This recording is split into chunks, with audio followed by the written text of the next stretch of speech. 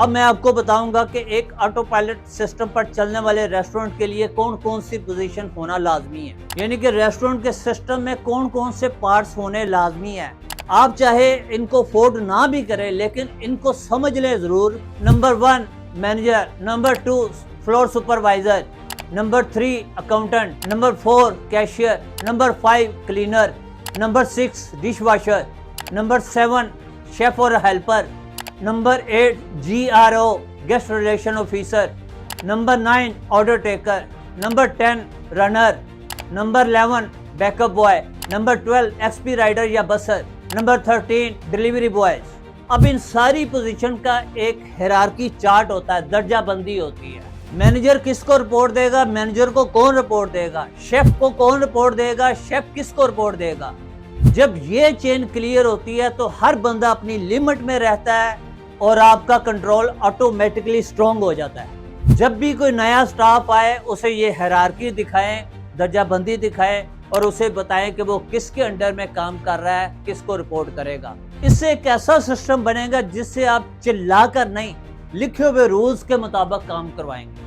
अगर इन पॉइंट्स पर आपने इम्प्लीमेंट कर लिया तो 50% स्टाफ मैनेजमेंट का इशू यहीं पर खत्म हो जाता है, क्योंकि कंफ्यूजन और मिसकम्युनिकेशन खत्म हो जाती है।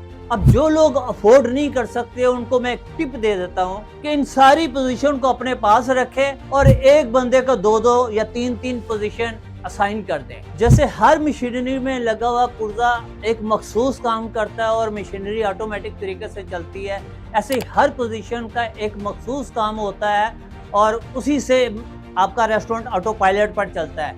इस मखसूस काम को हम जेडी कहते हैं। जब भी कोई नई पोजीशन पर आता है, हायर करते हैं हम, तो उसको उसकी जेडी देते हैं। JD mean job description. आज मैं सिर्फ मैनेजर के मतलब बताऊंगा, अगली वीडियोस में हर एक स्टाफ के मतलब डिटेल से बताऊंगा। मैनेजर की जॉब डिस्क्रिप्शन की डिटेल अगर आपको चाहिए तो इस नंबर पर व्हाट्सएप कीजिए, व्हाट्सएप के ग्रुप में ऐड हो जाइए।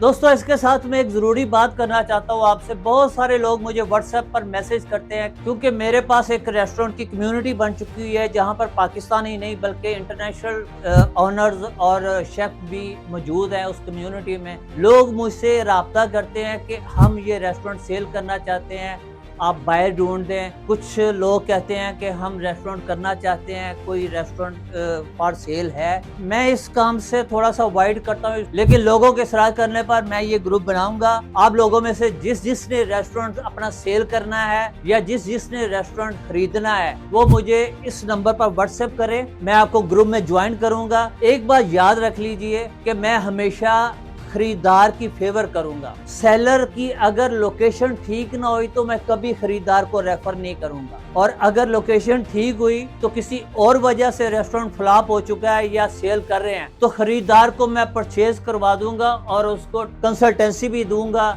जिससे वो अपना रेस्टोरेंट दोबारा बहाल कर सकता है। अगली वीडियो में आपको बताऊंगा कि हायरार्की कैसे बनाते हैं, कौन किसको रिपोर्ट दे, कौन किसके अंडर काम करना चाहिए।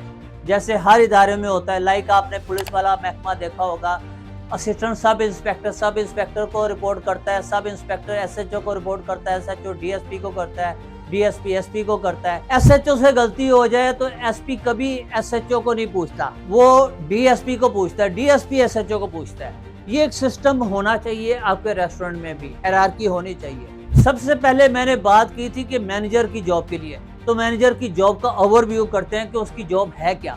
बहुत सारे लोगों ने मैनेजर तो रखे हुए हैं लेकिन मैनेजर की जॉब डिस्क्रिप्शन से नावाकिफ होने की वजह से वो मैनेजर से मैनेजर वाला काम ही नहीं ले रहे, सैलरी दे रहे हैं मैनेजर वाली। रेस्टोरेंट का मैनेजर वो शख्स होता है जो रेस्टोरेंट के तमाम ऑपरेशन का जिम्मेदार होता है। Staff performance, customer satisfaction, profit management, accounting से लेकर मेंटेनेंस तक, डिपार्टमेंट के साथ मिलने तक, सेल इंक्रीज करने तक की जिम्मेदारी मैनेजर पर होती है। यानी कि जो एक मालिक की जिम्मेदारी होती है वो सारी जिम्मेदारी एक मैनेजर की होती है। अगर ज्यादा ब्रांचेस हों तो फिर एक जनरल मैनेजर, उसके नीचे manager, branch manager. Branch manager का मकसद ये होता है कि हर दिन का काम स्मूथली, प्रॉफिटेबल और ब्रांड के स्टैंडर्ड के मुताबिक चले। ब्रांच मैनेजर की जो रिस्पॉन्सिबिलिटी होती हैं वो उनकी डिटेल आप मुझसे व्हाट्सएप से PDF ले सकते हैं, इस नंबर पर व्हाट्सएप करें। आज मैं उनके सिर्फ पॉइंट्स बता देता हूं कि उनकी रिस्पॉन्सिबिलिटीज क्या होती हैं। Number 1 operation management, number 2 staff management, number 3 customer service, number 4 financial and business control, number 5 marketing and growth activities, number 6 cleanliness and audit system. In 6 points के नीचे हर पॉइंट्स की डिटेल भी मेंशन है इस पीडीएफ के अंदर। अच्छा, अब ये देखना है कि एक मैनेजर के पास स्किल्स कौन कौन सी होनी चाहिए।